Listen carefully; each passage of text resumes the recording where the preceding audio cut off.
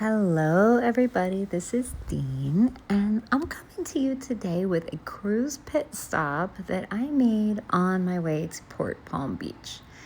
Now, I did not know this place even existed. After having lived in Florida for 20 years, I had never heard of Blowing Rocks Preserve. So, what is this exactly? Well, primarily, it is a beach. But the Blowing Rocks are these incredible limestone formations that just are unlike anything I've ever seen in Florida before, or really anywhere. They're almost like tiny cliffs. And there's much more than that. There's wildlife to see, like this little guy. Look at him with his gorgeous colors.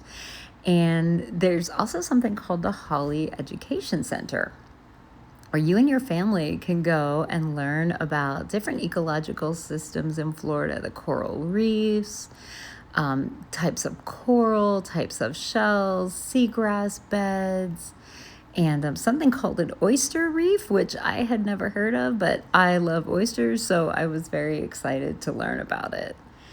But that's not all. There are trails all around the education center. There are actually opportunities for you to get involved in ecological conservation, which I was also really, really impressed by. At the beach, you can actually get a bucket and help participate in cleanup. Here we're seeing a little bit of information on joining the volunteer team. And then there is the turtle rescue. This was actually my favorite part of the entire experience today at Blowing Rocks Preserve, because there are actual turtle nests on site. And this will show you the current count of the different types of turtle eggs that are currently being preserved and protected at the reserve. So if you're like my family and you're really into wildlife and you're really into conservation and you'd even like to learn some ways you can participate yourself, then this honestly is the place for you.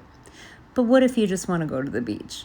Well, you're going to enter it through something that honestly looks like a fairy tale. This maritime hammock is a live mangrove forest, and it features, it used to be overrun with an invasive species called Australian pine, but that's no more. Now it's got sea grape and other types of native vegetation. That's all been replaced.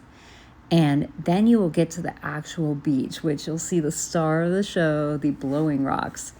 And why are they called that? Because when the ocean is rough at high tide and on a rough day, you're going to see the waves hitting these rocks and creating plumes of seawater that go up to 50 feet in the air. I'm told it's incredible. It was a really calm day when we were there, so we didn't really see anything like that.